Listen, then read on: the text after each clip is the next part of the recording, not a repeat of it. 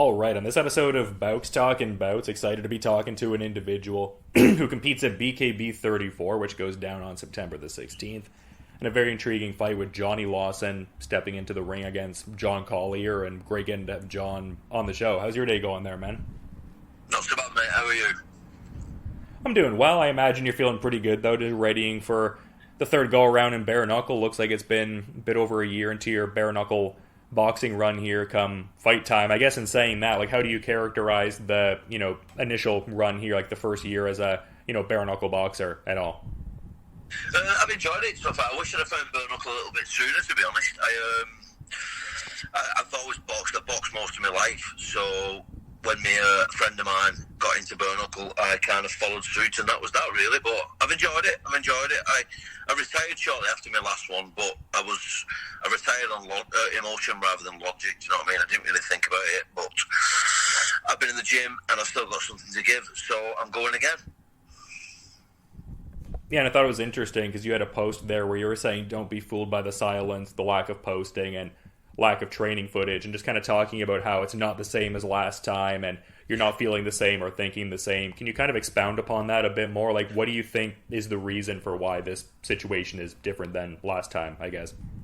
The circumstances in my life have changed somewhat since my last fight. I'm in a much more positive place. I'm in a better place. Physically, mentally, everything. So I just feel a little bit different heading into this fight. With my last fight, I did my first one on September the 3rd, I think it was, and I was due to box again on December the 3rd, so I didn't get much of a rest. I think I only had about 10 days off, and then I went straight back into another full training camp. So I hadn't rested. I was tired as I went into the fight, whereas this one, obviously, I've had a good few months rest. Like I said, my life's changed for the better in various ways, so I feel absolutely fantastic to get back in the gym, get back in the ring, and get back into it. Yeah, for sure, and a lot to talk about with the next fight, but I feel like I'd be remiss if I didn't touch on the last one, and it seems like you kind of did in like a bit of a cursory way there. I mean, fighting a guy like Aaron McCallum and going the distance there at BKB 29, like what were your main takeaways from that fight there in December? I learned a lot in that fight, particularly about bare-knuckle, because in my first fight with Luca, respectfully to Luca, he didn't really pose any problems. He wasn't willing to commit with his punches. He wasn't willing to step in. I had to really force the fight, and I just edged out the points, win behind the jab. But with Aaron brought much more of an aggressive style, so that taught me a lot more about bare-knuckle, and he's given me a lot of takeaways from it to work on in the gym, something more to expect, more prepared for what to expect this time round.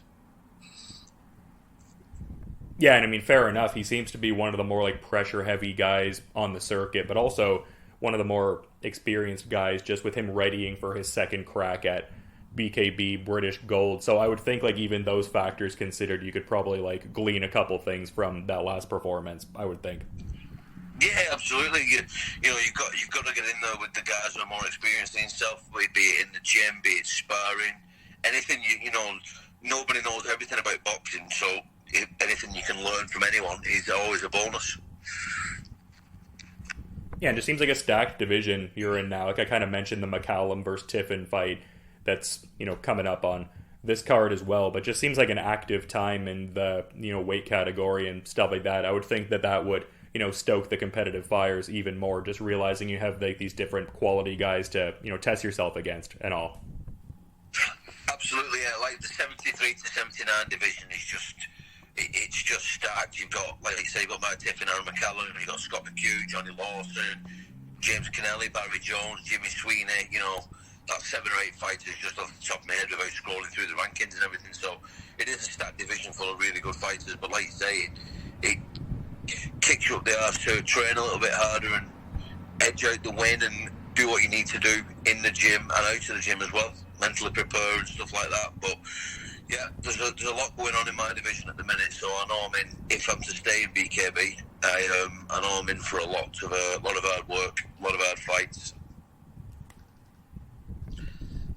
Yeah, I mean, well said. I feel like you fit well within that division, though, and I feel like, I mean, obviously you have great physical tools, but I feel like one of the standout traits is just like the fight IQ, and that seems to be informed, at least to a degree, by some of the efforts you've engaged in with coaching, just being in Dan McGraffin's corner before you endeavored to, step into the ring yourself. So, like, I guess how much of, like, a variable is your fight IQ? Like, it seems to be, like, a very standout part of your game, as much as, like I said, you have the defined physical traits also.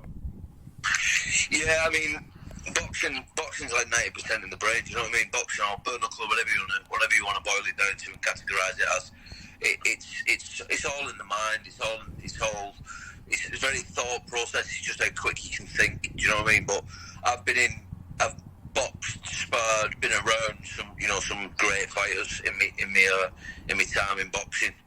Ricky Hatton, Denton Vassell. I've met loads of really good fighters, and even if you just sat in the gym, just being a bit of a gym rat and just watching on from the sidelines, you're still learning, you're still developing.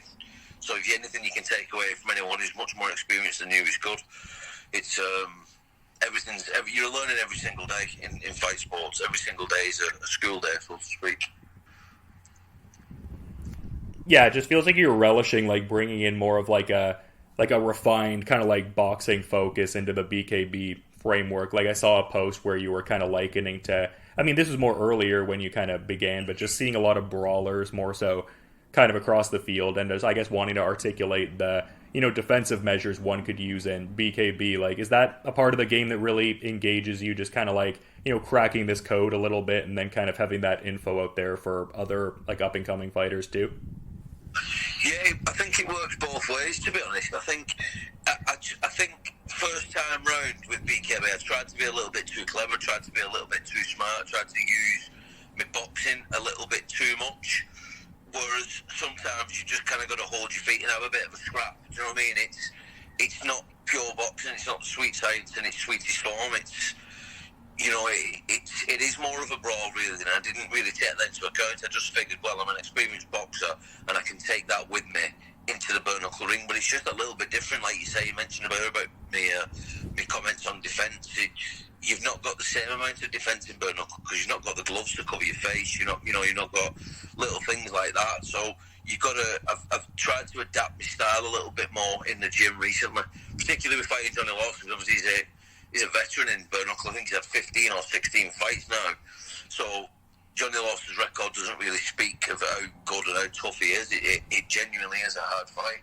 So I've got to take out everything that I know, defence, offence, footwork, everything. I've got to use everything that I've got in my arsenal to take it into the BKB ring with me and hopefully come away victorious against Jonny. Yeah, and you articulated it perfectly there, because that's kind of, I think the whole thing with Jonny Lawson is, like, if you're maybe like someone who's like new to the circuit and you're just like eyeballing the record without the context, like not the cleanest record necessarily, but a wild resume if you, I guess, care to, dig deeper into it, just fighting guys like, I mean, you could really go on, like Tony Lafferty, Rico Franco, I mean, Connor Tierney, James Lilly, etc., etc. I mean, I could really keep going on. So, I mean, I feel like this would be a great opponent to kind of like gauge where you're at right now, because I think in the body of those different fights, he, really did show good accounts of himself. Yeah, absolutely. Like you say, he's been in with the who's who of the 70 to 80 kilogram division. So, like you said, the saying over here in England, I don't know if you know it over there in America, is the records for DJs. Do you know what I mean? Yeah. It doesn't matter if you've won, if you've lost. It's all experience, and it's, he pushed Sonny Smith to the limit a few weeks ago on the BKB 33. Sonny had to really work for that win. So he's going to make anyone work. If you're going to beat Jonny Lawson, you've got to work and you've got to earn the win. He's not going to give it you just because, like you said, I think he's had 15, he's lost 12, something like that. But he's lost the 12 fights to the likes of Scott McHugh, Sonny Smith, like you said, Connor Tierney, James Lilly. He's lost the fights to like the top level of the sport, like the upper echelons of the sport. So he's not playing around. It's a hard fight, and like you said, it's a good gauge for me where I'm at. I'm 38 now, so I feel like I've got something left. I absolutely feel like I've got something left. I won't be getting in there otherwise, but he's a good gauge of, is Father Time just getting to me, or have I still got that little bit left in the tank to keep going? And curious to hear you expand upon some of the shifts in your style a bit more, because in more of like a gloved boxing focused context, it seemed like earlier on you used to be like more front forward and I guess aggressive, kind of seeking the body shots, like working up and down, but then kind of within that, like adapted your style to be more centric on, I guess, like economy of punches and the defense. Like, what do you do to, I guess, curate your game even more specifically to bare knuckle? Like, what like different amendments have you, I guess, added to your bare knuckle approach that you were kind of touching on there a bit? Well, like you just mentioned, during my glove career, I was much more of a front foot fighter. Two of my favourite fighters of all time are Ricky Hatton and Mickey Ward. So that was always the style that I adopted. The hands up, chin down, plod forward, behind the jab, work your way on the inside and do your work when you're in there. But with bare knuckle, it only takes one punch and you can cut and end the fight. So you've got to be a bit more defence savvy. You can't just plod forward and hope that you catch them with something. You've got to be a little bit more defence savvy. You've got to move your head in the way and you've got to come off on the angle a little bit. Work the body a little bit more to take the work rate away, stuff like that. So we've just been doing all that kind of stuff in the gym. Not preparing specifically for anyone, just working on stuff that we can adapt and we can use in a bare knuckle boxing ring. Basically, we've just been adapting my style a little bit to go a bit more pure boxing rather than sophisticated brawling, so to speak. Yeah, and it seems like you're getting in some great work. Like even just recently, I saw the pic with James Martin and Connor Courtney and everything like that. And I saw you also shouted out Reese Murray a little bit ago, getting some great rounds in with him, and he's readying for a big fight in his own right. Like, would you say some of those individuals I just rattled off there are like the primary people you've been, I guess, sharpening the tools with in this particular camp here? Yeah, Reese Murray came over a couple of weeks ago. We had a really good 10-rounder. Reese is obviously in my weight category, so we could meet somewhere down the line, I imagine, but we're all friends. It's only business. So we're all friends. It's all good. Me and Reese have shared a good few spars together, to be honest, and I spar a lot with Scott McHugh as well, people like that. So I do get good working with experienced bare knuckle fighters. So I get as much sparring as I can, which we don't do a lot of heavy sparring. We do a lot of like 40-50% powering. So you can try new stuff without there being any real consequence if it doesn't come off and stuff like that. And, once every 10 days or so we have a bit of a slugfest, but as a rule we just go nice and light and sprout so you can try new stuff out that's hopefully going to work, and if it doesn't work you can adapt it and change it or just dismiss it altogether, stuff like that. So yeah, I get loads of work with all different fighters, and they're all my friends, and I think a lot of them all, and I hope we can all meet someday and find out who the best is. It just seems like there's such a great like cross-training culture with a lot of the BKB guys. Like I feel like in doing research, interviewing a lot of the different fighters on this circuit, it's like almost invariably I'll find these pictures of like, just champion level guys working together and honing skills. Like as much as like, I guess the vacuum of the competition is individual and me against you, like it seems like a communal kind of vibe and like everyone sort of like uplifting each other and trying to like grow the skills collectively as well as individually almost. Absolutely, yeah. There's two sayings, isn't there? Iron sharpens iron and pressure creates diamonds. So if you put yourself under pressure with some great fighters, you've got to be the best you can possibly be to manage to live with them fighters or win the rounds or stuff like that. So you've got to take yourself out of your comfort zone and just, spar with someone who might be a couple of levels above you, but it'll bring out the best in you in the long run. So, you might not win every round of the spar, but you've learned a lot about yourself, you've learned a lot about the sport, stuff like that. But when I first started with BKB, because of the nature of because of the image it portrays to the casual fan, I did think I was going to clash with a lot of people and like there was going to be a lot of egos and stuff involved, but genuinely everyone is brilliant. Everyone I've met, it's much more, like you choose a great word there, communal. It's much more communal than you think. It really is a community because we've all got each other on Facebook. We'll be throwing each other messages and good luck messages and chucking each other little tips about what to do against certain fighters and stuff like that. So it's really good. I really enjoy being part of that community. They've all welcomed me with open arms, so it's great. I love it. I love them all. They're great people. Well, it definitely comes across, and you seem like you kind of engage in like certain like community fostering kind of efforts in like different veins too. Like it seemed like you had a bit of a recent event there. Like I saw a post where you were saying there was like an evening of like 13 boxing matches, and there was like some food and beer going on, and some Joshua versus Hellenius was being peeped. Like, what was going on there? That seemed like a fun time, a fun event. So, as well as being a fighter myself, I'm also a coach. So I have a team of about 20 fighters who I coach, and I try and do 4 a year. So one every 12 weeks, I put an event on, I put a show on. So my fighters have got an opportunity to box and show what they've been learning against other gyms from the area and stuff like that. So that was one of my events last, it was the 12th, wasn't it? Yeah, the 12th of August. That was my most recent event. I went on, we had an outdoor event. Really good show. The weather held off for us. We didn't get any rain. So like I said, as well as coaching, I do promote events as well. It's a way of earning money. It's a way of keeping my fighters active. Because my fighters, as much as I'm the coach, they're also my friends, you know what I mean? So I've got to honour the moral contract and the friendship contract to keep them busy, as well as the professional contract to keep them busy. Do you know what I mean? So it's all good. Everything's good at the minute. Gym's super busy. Training's going really well. It's all good. It's all good in the hood. Yeah, well, I love to hear that. And like you said, I mean, it seems like it serves like a few different masters there. But I guess one thing I kind of wanted to touch on here, talking about a lot of, quality fight-related stuff here, but I was seeing a bit of an interview there. You were on the, BKB Raps Are Off podcast there, I believe it was, and you were talking about your singer-songwriter efforts and your love for Oasis. Like, how long have you been doing that for? Like, what kind of, is there a certain, like, genre lane you're generally in as a singer-songwriter, or I guess I'm curious to hear more details on that. It's just a hobby, really. I played guitar since I was about 8-9 years old, so I've always had a guitar in the house. I've always done a bit of singing and just get asked to do gigs every now and again. So I'll just go out and sing a few songs for the people.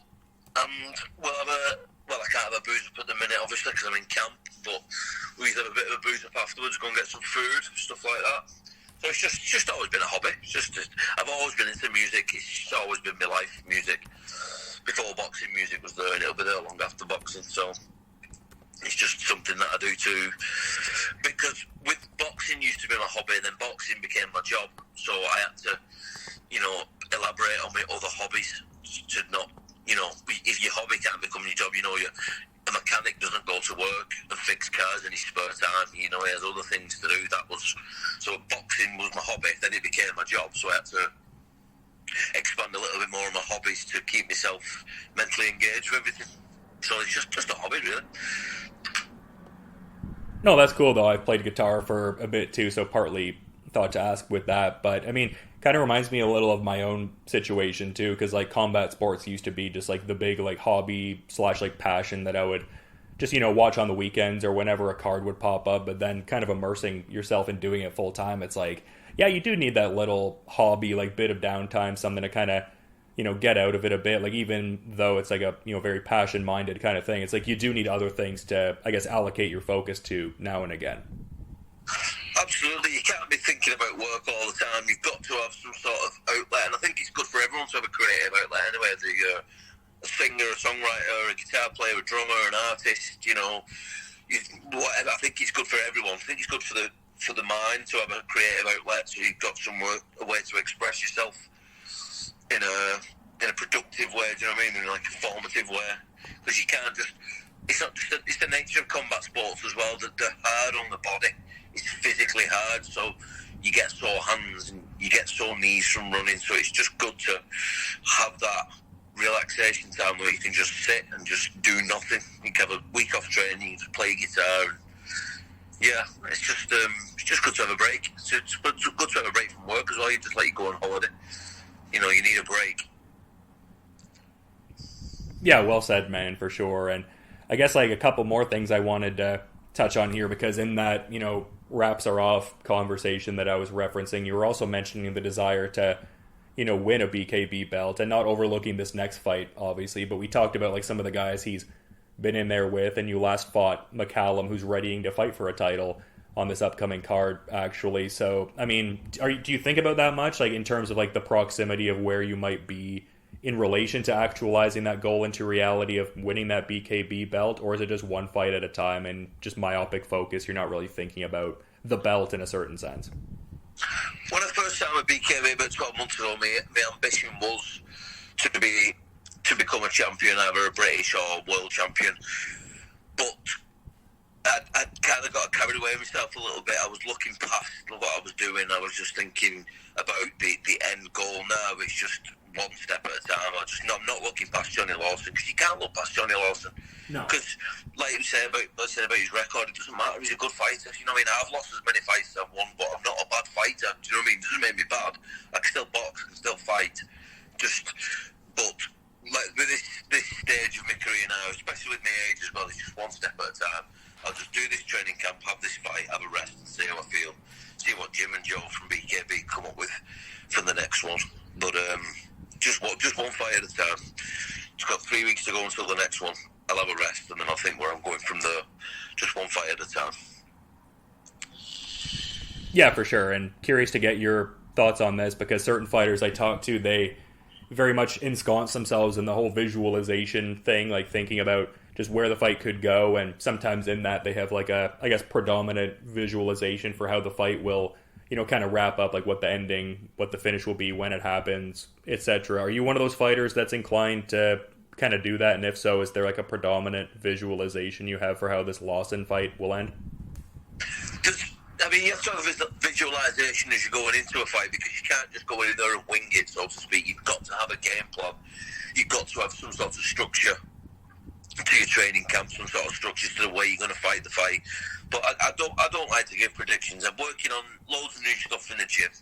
You can't teach an old dog new tricks, but you can remind him of all the ones he used to know. So I'm working on bits and pieces in the gym, bringing myself back to life a little bit with regards to fighting. And we're just going to go in there and execute the plan and hopefully come away with the win. That's the end goal, just win, just a round at a time, 30 seconds at a time. Yeah, it's a good way to look at it, for sure, man. And you've been really good with your time. It's been fun getting to, have you on finally and get some, good insights from you ahead of a quality fight here. But just being mindful of the rest of your schedule too, John. Is there like a final parting thought you might want to add as we're kind of wrapping things up here, man? I just want to thank you for having me on the podcast. I really do appreciate it. Thank everyone who's bought a ticket so far. Thank all my sponsors. And we'll just see where we head after September the 16th. I'll take a bit of a break and see where I go from there. But other than thank you to everyone who's involved so far in my career, from the beginning right up to where we are now, I appreciate everyone's help. Appreciate all the support and the exposure people are giving me. And it's all good. It's all good. All happy. Well, that's great to hear, for sure, and going to be a great fight coming up, like I said, but can't hurt to reiterate. I mean, yourself and Jonny Lawson, definitely very talented fighters, so cool to see you both in the ring there at BKB 34, so definitely excited for when that goes down on September 16th, but until then, you have a good rest of your day, John, and just to reiterate, thank you for the time, man. Thank you very much, Dylan. I appreciate it. Thank you.